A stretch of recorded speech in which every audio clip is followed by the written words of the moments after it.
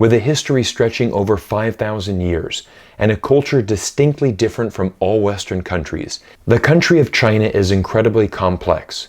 It takes years of experience, knowledge, and expertise to build successful cross-border relationships. Recently, I sat down with Chris Perea. He's a 15-year business and communications executive and has an amazing resume inside the country of China. He's a graduate of Zhengzhou University, holds an MBA from the Hong Kong University of Science and Technology. He is a former consultant to multiple Fortune 500 companies and a former senior director of public affairs and communications for Huawei Technologies. Most recently, Chris has relocated to the very city I call home, Richmond, British Columbia, Canada, where he has founded the Canadian Ecosystem Institute. Now, recently, Chris and I sat down in a local studio here in Richmond to discuss a variety of topics. We started with his early days in China, talked about some of the greatest challenges for companies doing business in China today, and most importantly, what we can do to foster a better relationship with the growing superpower of China. Ladies and gentlemen, welcome to episode 12 of Real Talk China.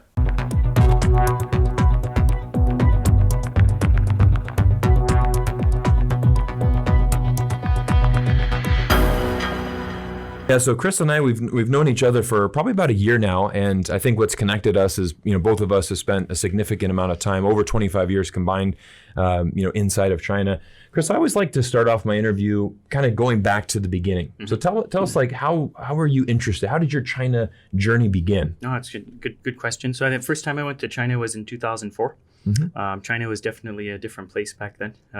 Back then I was at York University studying English. And I had a great second year there, and I decided to celebrate by going out to Asia for a backpacking trip. Basically, was my idea back then. Nice.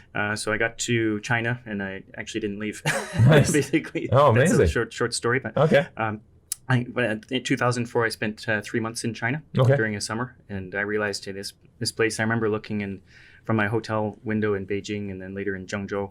Also went there to visit, and there were just countless cranes across the city. The city, like a new city, was arising from the ashes of communism, basically back absolutely. then. So I think that energy left a deep impression on me that summer. Yeah. And the next spring, I enrolled in a bachelor program in Chinese language and history. Nice, fantastic. Interesting enough, my China journey started also on a backpacking trip. I went to Europe. And I spent the summer backpacking around. And after that, I said, I really would like to start my career abroad. And then actually I was looking for jobs, and there happened to be a job in China. And that's, I said, well, let's give China a try. And this was in 2006. And similar thing, you'd see these news stories about how much China's growing. And I thought, wow, what a great opportunity. At that time, I always consider us to be so lucky to have seen China at that time. It was really a very booming time for China's growth. Absolutely, and we almost missed maybe another 5 years of that growth in the late 90s to early 2000s. Also, I think that was sort of the prequel to what we saw in the next 10 or 15 years. But I think when you say yes to adventures, good thing happens. Absolutely. Now, you were a student at Zhengzhou University. That's right. And Zhengzhou's been in the news recently because of these devastating floods and everything. Now, do you still have a lot of friends on the ground in Zhengzhou? Yeah, I've got a lot of classmates there. Like I said, I did 4 years of an undergraduate degree there and studying Chinese. So many of those people moved to teach Chinese overseas, for example. But there's a lot of good friends that are still there, including some Canadians. I actually spoke with one of them last night to see how he's doing. Someone I've known for almost 20 years now. Okay. Yeah. How have the rescue efforts been there, and what is your analysis? I mean, you know that city very well. No, for sure. Yeah. So Zhengzhou is a funny place because it's a city of over 10 million people that no one's ever heard of before. That's right. Absolutely. No one can pronounce either. So. That's right. But just to go back to 2004 to 2009, in this every summer there would always be some flooding. It's a floodplain there. Okay. Historically, it's affected by the Yellow River because the silt builds up and then overflows into the floodplain. Gotcha. So I think it's a very difficult place to arrange that sort of good drainage, good handling of that amount of water. And they receive, it's a 1,000-year flood basically, from what I saw in the news. Correct. So Anyway, long story short, yes, there's been flooding up to like the height of a car in some places, and very dangerous situations. But from what one of my friends I talked to last night, like I mentioned, he's Canadian, been in China a long time, and he said the response was very good actually. From what he said, they're very quick and effective response. Fantastic. Yeah, all our hearts and condolences go out to all the families affected by that. And we've seen that typically with China is when there is a national disaster. I mean, we were in China during the ice storms in 2008, also the devastating Sichuan earthquake in 2008 as well. The country really does unite. They send a lot of tremendous amount of resources. Of course, we saw that last year with the pandemic. Immediately, how everybody was relocated to Wuhan, and they really handled that response incredibly. Let's talk about as a student, what was some of your biggest challenges? I mean, you've obviously studied in Zhengzhou for 4 years. You also went to Hong Kong. What's it like being a foreigner? Studying in China. What were some of the big challenges that you had to deal with? I was definitely a minority in Zhengzhou. I'll tell you that. The first 2 years, roughly, I could go for a few months without seeing another foreigner. Wow. And that's on the streets. In school, I was with Korean and Japanese students to begin with, so there was a good community there. Nice. But I think the biggest challenge, the first day, I remember I walked into the cafeteria in Zhengzhou University. There must have been 1,000 kids eating, and 4 RMB for a meal, by the way. It was a great deal. Nice. Oh, that's solid. But I looked around there, and I was the only foreigner as far as I could tell in the entire place, and I thought to myself, I'm going to learn Chinese here. Yeah, absolutely. It's such a good environment. It's so good. So just wanted to answer your question. I think the challenge first was to persevere in that situation. I think I was very nervous that first day. I'm looking back saying, hey, the cafeteria image is still in my mind, but my heart was like beating fast too. I'm like, I can't even order a meal. How am I going to pass my classes? Absolutely. Absolutely. No, there's no better way than to, put yourself in the fire there and to burn the bridges, just go. Burn the bridges, go. And like you said, you went on a backpacking trip and you never left. You stayed there for a long time. That's amazing. So it's also important to have that open mind, be willing to put yourself in that situation. And I think you'd probably agree, China's such an amazing place to learn Chinese because the people are so, supportive of you, and they're just very curious about, your country. Oh, what's Canada like? Actually, I can share a bit of information about how China has changed in that regard. Yeah. Because I think, yes, for sure, they were, Zhengzhou, I feel like I grew up there in some ways. From 19 to 22, 23. Right. So when I first got to Zhengzhou, I think there was a general misunderstanding of foreigners that, hey, foreigners just don't speak Chinese. Right. And if I said hello in Chinese, ni hao, I would get huge praise, like, oh my God, you're amazing, right? Yeah. So I think, yes, that's supportive, but I think that also points to a mindset back then that it's not internationalized, not a global mindset. Right. I'd say, hey, this person's never going to really learn Chinese, but let's pat him on the back to Gotcha. Speak Chinese. Yeah. But now, 15, 20 years down the road, in my past experience working at Huawei, working in other companies, my company now, we help Chinese companies build their brand and promote themselves in North America. My working language is Chinese. Yeah. And I work with Chinese all the time who accept me as someone who's a second language speaker and be equal with them. So absolutely. I think that mindset, I've never seen that sort of analyzed before, but from my perspective, not having someone saying, oh my God, your Chinese is amazing. They just get to work and let's just talk because we're using a language for business. Yeah. I have an interesting story I'll share with May as well. My first job was I was a golf professional teaching golf in China.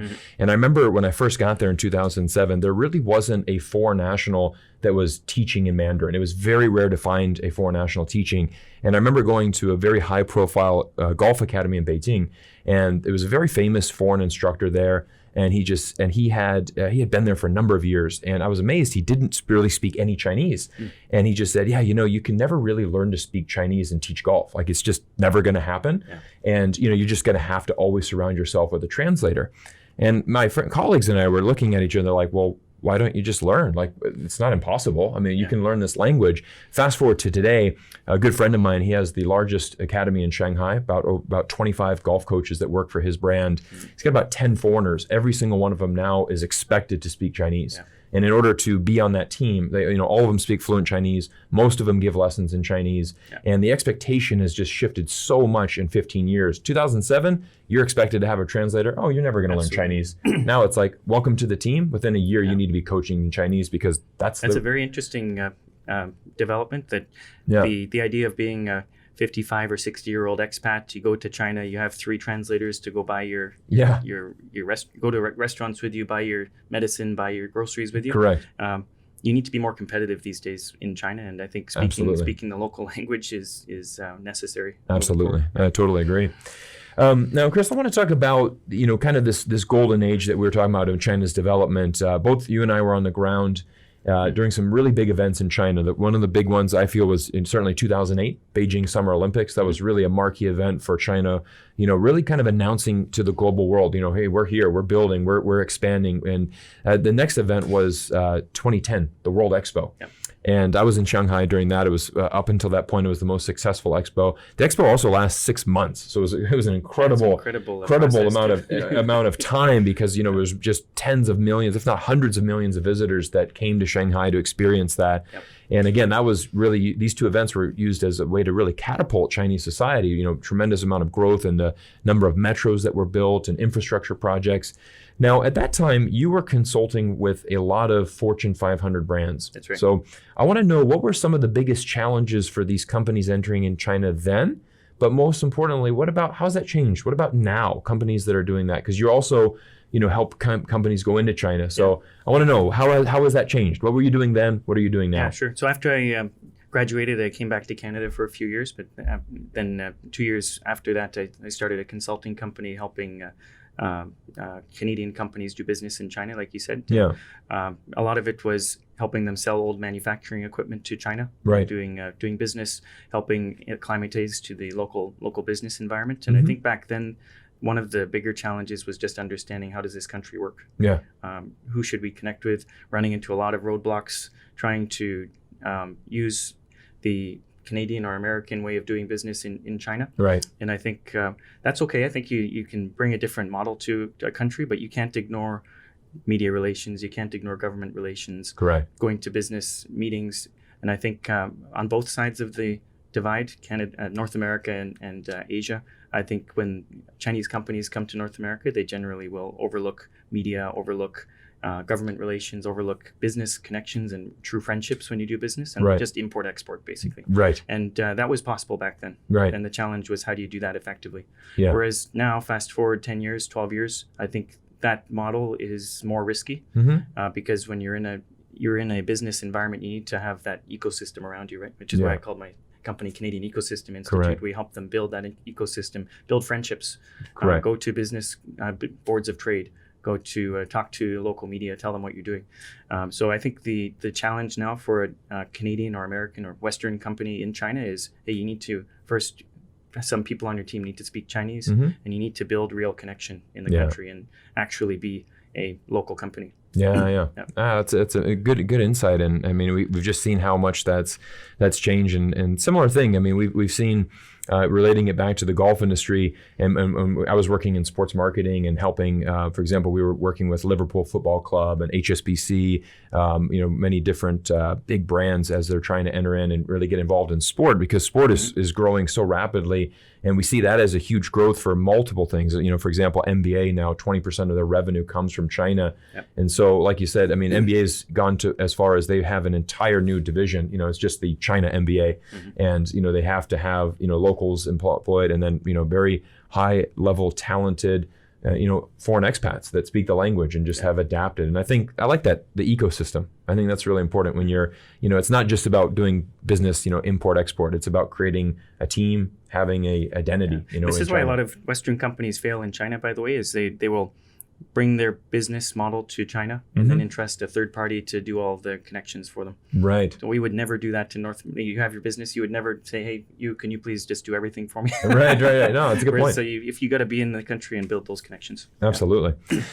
Chris, I want to talk about your time at Huawei, because Huawei has been in the news recently. We've seen over the past couple of years that for example, many people say that Huawei is a national security threat.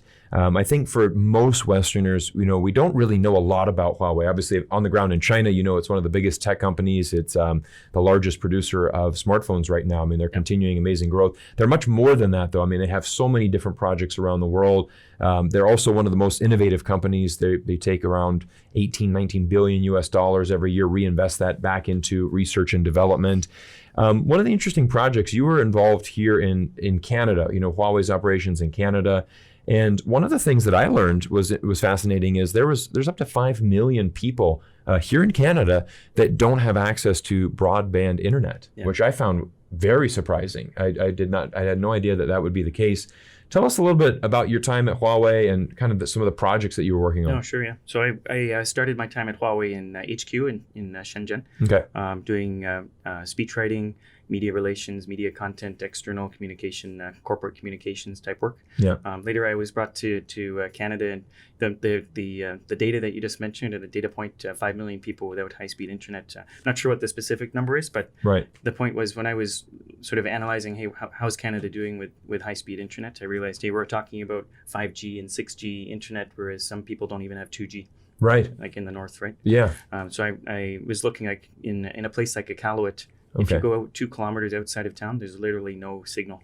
Wow. And what if you're on your snowmobile with a rifle, hunting? Yeah. And what if you get hurt out there, right? Right. There's literally no way to communicate. Wow, amazing. So I think those type of scenarios. I mean, that doesn't address the cybersecurity question, but I think what I was involved in more was bringing awareness to, hey, we need to bring connection to these people, because once you have internet, your life can change, right? Absolutely. Like you and I wouldn't know each other if we didn't have internet. And there was one young lady I met up there who was doing sales on Instagram for her native art. Okay. And she said as soon as she got on Instagram, she posts something on Instagram and it sells out in minutes. Amazing. Living in the Arctic. Yeah. For God's sakes. It's amazing because I think that's what we also see in China, why, the government is so, so supportive as building these 5G networks around the country. And one of the amazing things about China, I mean, you can be in the very rural areas in China and have a strong 4G or 5G signal. Mm-hmm. And I think that is so important because, for example, when the pandemic came, everything shifted online, right? You needed to make sure that you had to have internet in order to get access to, your education. And I think as we see, the internet is amazing for, just birthing all of these new entrepreneurs. I mean, we know, many people, for example, in the West, I mean, we've used things like Amazon or even YouTube, to start, these new entrepreneurial careers. This similar is happening in China, as far as, live streaming, the ability to live stream. I mean, one of the great stories that I think is, you're looking at a social media app like Kuaishou, which is really popular in these 3rd, 4th, and 5th tier cities. And you have these farmers that are, making viral videos selling, tangerines. Yeah, I see some of these videos that some random person in a 4th tier city has like 5 million viewers. I'm like, Jesus, it's amazing. It's amazing. And it's giving them power to really build their. Yeah, I mean, and you think about that. You're in a small rural village in China, and you have incredible fruit. How do you get that message out? And and all of a sudden you've given him a smartphone, you've given him a social media platform. He's now transforming that to making online sales. Yeah. I mean, his life has been changed, and the lives of that village, has been changed as well. It's quite. I totally agree. I think that revolutionary. I mean, when I first went to China in 2004, my first night I tried to call my mom. To use there was only a phone. There's no smartphone. Right. And I couldn't get through. It was just this Chinese message going on and on. It was 你所拨的电话. Yeah. Yeah. Right. Exactly. Yeah. Exactly. So I couldn't get through, and I couldn't use no computer access or at all. Yeah. So. It's amazing how much China has changed, and I want to talk about right now, Chris, is your current role, because you've founded this new company called the Canadian Ecosystem Institute. Tell us more about your vision. I think because you would probably say that a stronger relationship with China would probably be the best interest for Canada moving forward. Mm-hmm. Tell us more about your vision and how you see that. No, great. I appreciate it. So we're based in Richmond, BC. Mostly because it is the center of sort of a gateway to Asia Pacific. There's an airport here, and it's a great place to do business, honestly. So what we do is both ways. We help Chinese language companies. So our positioning is Asia Pacific. We help mainland China, Hong Kong, Singapore, Macau, Taiwan. These companies from those regions integrate into North America. So I think building bridges, like you said, successful multiculturalism is based on sort of a back and forth. That can't be one side giving and the other side taking all the time. Right. And I think with my career has really been as a bridge. 15, 20 years now. I look back, every single role has been, hey, you guys want to do this? You guys want to do this? I can help you like figure things out without getting. How do we get from A to Z? Right. Exactly. There's a win-win solution between East and West, and I'm very confident about that. And I think some of the Canadian media and some of the Chinese media are not helpful in the communication between cultures. But I think there's voices of reason on both sides. And, for sure. I think Canada can engage with China without sacrificing Canadian values. Yeah, that's a really good quote right there. Let's peel back the onion a little bit more. Let's get further deep into that. I want to talk about over the last 3-4 years. We've seen a huge trade war between the United States, obviously my home country, and China. I want to get your thoughts on a little bit like, how do you feel Canada's responding to this, and how do you feel, for example, Canada's trade with China? Do you feel that the Canadian government is approaching China in the right way? I think you're a good person to ask because, again, you've been a consultant to these companies going into China for 20 years, building bridges. How do you feel the Canadian government and Canada in general is responding to trade wars? I'll answer that in two parts. One is sort of a metaphor or an example from my business experience, just to give you an example of cross-cultural misunderstanding. Yeah. So I brought a client to Wuhan. There's a city called Jingmen near Wuhan. I brought them there at one point when I was doing my consulting work, and we were with a Chinese potential partner having dinner, and the Chinese partner used their chopsticks to put some food onto my client's plate. Yes, and it made my client unhappy. He's like, look, I know how to use chopsticks. Like, you're insulting me by. I know how to do this. He was also offered a fork. Right. Which made him very upset. Right. So, but both of those actions, if you look from the other side, the other cultural side, what were they trying to do?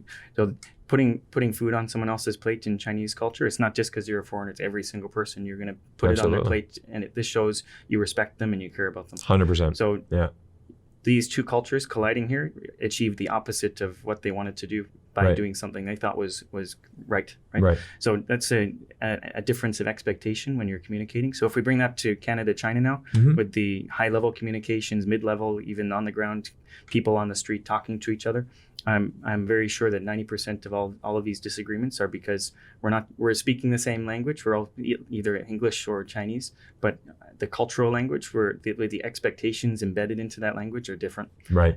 But I'm very sure that the intention is mostly good on both sides. To say, hey, I'm not going to compromise myself too much, but I'm going to show you respect. Correct. So I think most of the time we only hear the first part of that sentence, and we don't hear the respect part because of the cultural difference. Yeah, absolutely. I think that's a really good point that you brought up. I love that story because when you live in China, that is so common. That people do put food on your plate as a sign of respect, and even for example, if you're the husband, right, you want to serve the wife. You want to make sure if you have a guest important, you're always treating there, and that's a great story that you brought up there. What do you feel with for example, when people say something like China's the greatest threat in the world, how would you, or the big, I think we really see this coming from the United States right now, where they're really saying that, for example, China is attacking our democracy. How do you respond to a comment like that? Yeah, I think there are two things. One is I think we should be more confident. Canada, whether it's Canada or the United States, I think we have great countries. We have a rule of law here. We have systems in place. In my opinion, it shouldn't matter where you are from. If in Canada, wherever you're from, you're treated the same, right? Right. And I would say, talking about cybersecurity for a minute too. Yeah. My opinion is we should have a zero trust system. So I'm not going to just trust you because you're from the U.S. You can steal my information just as much as someone from Scotland or from China. Absolutely. So I think the system should be set up to be impartial to where the country or the company or the person's from. Absolutely. So that's the first thing. But in terms of dealing with China itself, I think it's okay for us to be very proactive with China. Just because there's competition coming our way. I think if you actually look at Chinese history, when did China fall into decay and sort of get invaded? It was during the period where they closed their door and ignored the world for 100 years, 200 years. Right. And when the Opium Wars and the colonial period started, they were like hundreds of years behind in terms of their development, and Right. they got overrun, right? So I think that's a good lesson for the West to say, hey, if we keep our doors open, it's kind of uncomfortable when a new competitor comes in, just like in the 70s and 80s with the Japanese car market. Correct. My dad and my grandparents have told me they used to run a garage in Montreal. Okay. And when the Japanese cars came in, they were worried. Right. the Japanese are taking over, right? Right, So absolutely. this competition is scary. And the U.S. reacted quite aggressively back then, too. They blocked the Japanese from manufacturing in Japan. Then the Japanese came to the U.S. They opened factories, and the U.S. set up quotas to limit those car manufacturers in the U.S.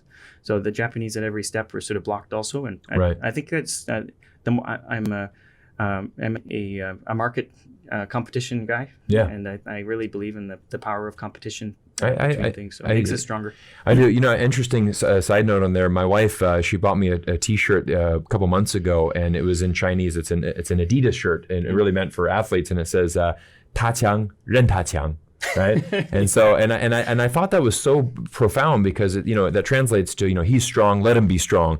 And in a sense that if you're an athlete, that's great. If you're a strong competitor, that's going to bring out the best in me. It's like on the streets in whether it's Richmond or Vancouver, you see all these crazy expensive cars, right? Yeah. Say a Rolls Royce on the road. Yeah. When I see that, I don't get jealous. I say, oh, it's possible to have a Rolls Royce. That's good. Absolutely. Maybe one day I can do that. Absolutely. No, absolutely. And I think that's where, we need to really, look at this. I mean, we look at, the amazing amount of entrepreneurs and businessmen that are coming out of China. I mean, they've done really well. And I totally agree with you. It's how you look at the situation. And I think like you said, that was a really interesting insight that you said. When China closed its borders from the outside world for 200 years, that's when they were susceptible to an attack, and because they didn't advance, because you have to be learning. And that's how what I always preach as well. We live in a global economy. Our economies are so well connected, but that's why it's really difficult for me as an American to say, we need to decouple from China. Everything needs to come from within America. America has many smart people. We have many great businesses, but so does the rest of the world. Yeah. And so I think we need to learn from each other, and that's how all of us are going to continue here. Chris, I think we've had a really fantastic interview today. I want to ask you one final question that I like to ask all my guests here, and that is, what is one thing that you want the world to know about China? That's a good question. Yeah. I think the most important thing for anyone to know about China is that there are parents and kids going to supermarkets, going to work, and looking forward to buying a new car at Starbucks right now using a laptop and not thinking about politics. Yeah. So Fantastic. I think that's pretty much it. That's awesome. I love that answer. It's so simple. And I think we need to get down to, at the end of the day, we're all people on this world, right? I mean, and I've mentioned that before, all of us have similar goals. I mean, for example, both of us are fathers. We want the best for our children. Mm-hmm. We want them to have a brighter future. And I think that's pretty much universal around the world. I'm pretty sure every parent's going to feel that, regardless if you're in China or Canada or any country. So we kind of sometimes need to focus out, not so much on the politics, get down to the actual people and just realize that we're all a lot more similar than we are different. We need more bridges. Yeah. Chris, I want to thank you so much for coming on Real Talk China and sharing your journey with us today. And I want to thank everybody. Coming again, I want to give a shout out to the Vancouver radio station here, the Chinese radio station rather, and I want to thank them for their generous support, letting us use the studio today. Everybody, make sure that you hit that subscribe button if you haven't already, and we look forward to seeing you in a future episode of Real Talk China. Thank you.